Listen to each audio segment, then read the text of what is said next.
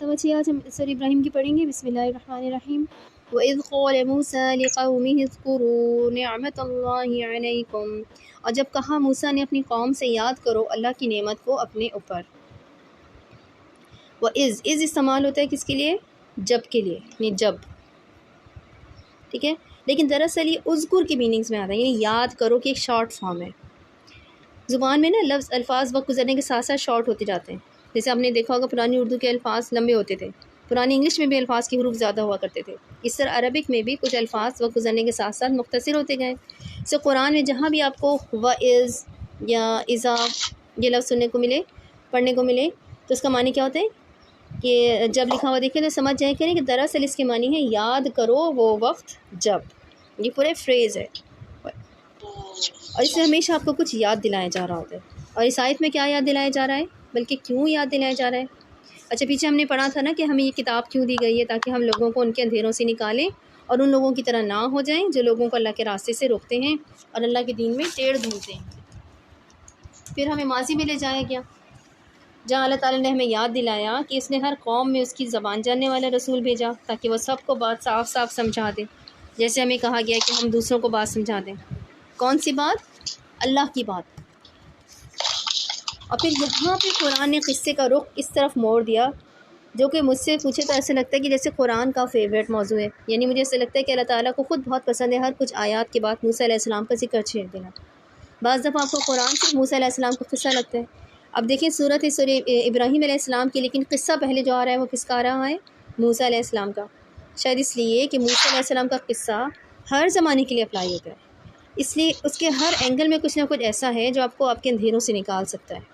پھر ہمیں بتایا گیا کہ کیسے اللہ تعالیٰ نے موسیٰ علیہ السلام کو اپنی نشانیاں عطا کی، اور ان کے قصے میں سبق ہے ہر اس شخص کے لیے جو صبار اور شکور ہے، یہ ہمارے کیس میں جو صبار اور شکور بننا چاہتا ہے۔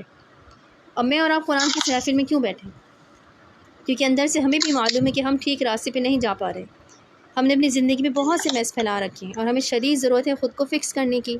ہم ایسے دور میں جی رہے ہیں جہاں فتنے ہر طرف ہیں، کبھی ہم ان فتنوں کے آگے ہار مان لیتے ہیں، کبھی ان سے پیچھا چھڑا لیتے ہیں۔ ایسے میں خود کو فکس کرنے کی شروعات کہیں سے تو کرنی ہے، اس لیے میں اور آپ بار بار قرآن کی طرف واپس آتے ہیں تاکہ اپنے آپ کو فکس کریں۔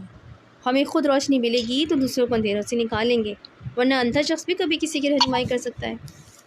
اور خود کو فکس کرنے کے سفر کا آغاز ہم نے کرنا ہے اپنے اندر ایک صفت پیدا کر کے، اور وہ ہے شکر۔ اور جب کہا موسیٰ نے اپنی قوم سے کہ یاد کرو اللہ کے احسانات کو اپنے اوپر، یاد کرو کے لیے لفظ یہاں پر آئے ہیں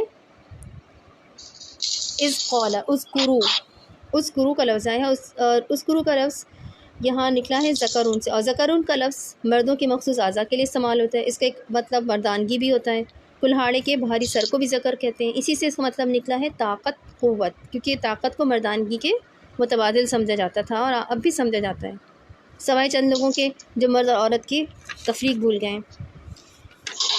بطور قرآن سننا ایک بات ہمیشہ یاد رکھیں کہ اللہ نے مرد اور عورت کو برابر نہیں بنایا ہے، مردوں کو فضیلت دی ہے اور عورتوں کو ان سے مختلف بنایا ہے۔ اس دور سے نکل آئے کہ کون زیادہ طاقتور ہوتا ہے، مرد ہی فزیکلی زیادہ طاقتور ہوتے ہیں، اور کچھ چیزیں فیکٹ ہوتی ہیں، ان کو بدلا نہیں جا سکتا۔ تو بات ہو رہی تھی ذکر کی، ذکر کا مطلب ہوتا ہے قوت اور طاقت، مردانگی، اور طاقتور مرد کے ساتھ بھلا کیا ہوتا ہے؟ اس کا نام یاد رکھا جاتا ہے ہسٹری میں، اور یہیں سے ذکر کا دوسرا مطلب نکلا ہے اچھی شہرت کے ساتھ یاد رکھے جانا، یعنی نیک نامی، یاد کروانا، کسی چیز کو مینشن کرنا۔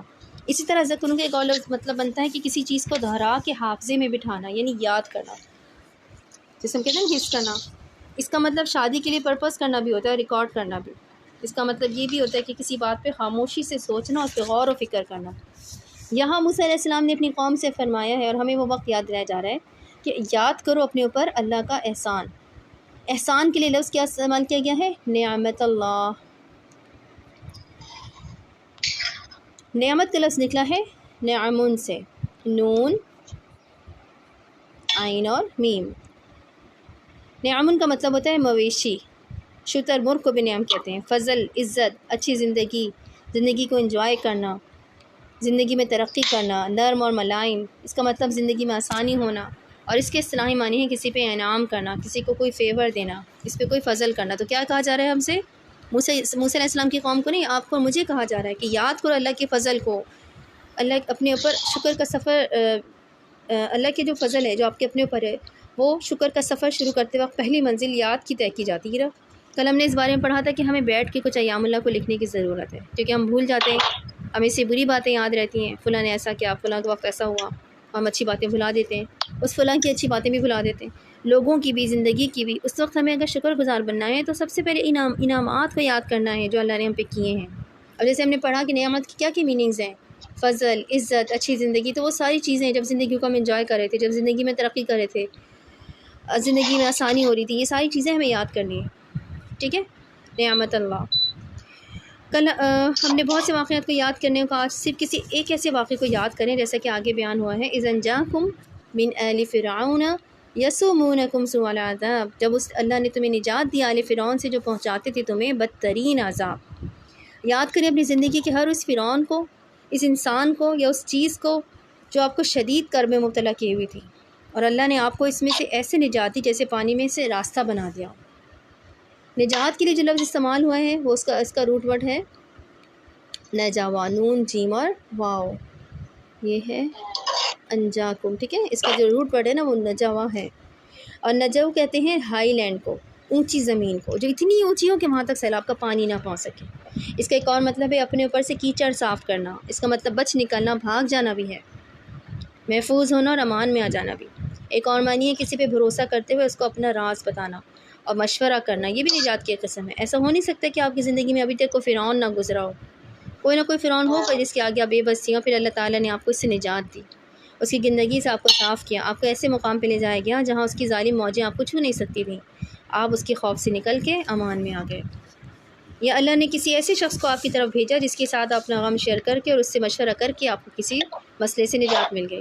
اور آپ کا مسئلہ کیا تھا؟ فرعون کیا کرتا تھا آپ کے ساتھ؟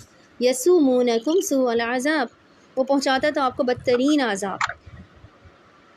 بدترین کے لیے یہاں پہ سوء کا لفظ استعمال ہوا ہے، اس کا مطلب ہوتا ہے شدید دردناک، کسی کو سخت چوٹ پہنچانا، ہرٹ کرنا، ٹارچر کرنا، اذیت دینا۔ عذاب کا لفظ ہم پہلے بھی پڑھ چکے ہیں، یہ عذبن سے نکلا ہے، یعنی کسی چیز کی مٹھاس چھین لینا، زندگی کو بے رونق کر دینا۔ اور وہ اس برے عذاب سے آپ کو کیا کرتے تھے؟ بظاہر لکھا ہے کہ وہ آپ کو عذاب پہنچاتے تھے، لیکن آپ اسٹوڈنٹ ہیں، آپ نے اس لفظ پہنچانے کا عربی ورڈ دیکھنا ہے جو ہے یسومونکم۔ اس لفظ رشتے میں اگر دیکھیں، ایک منٹ رافی اذان ہو جائے۔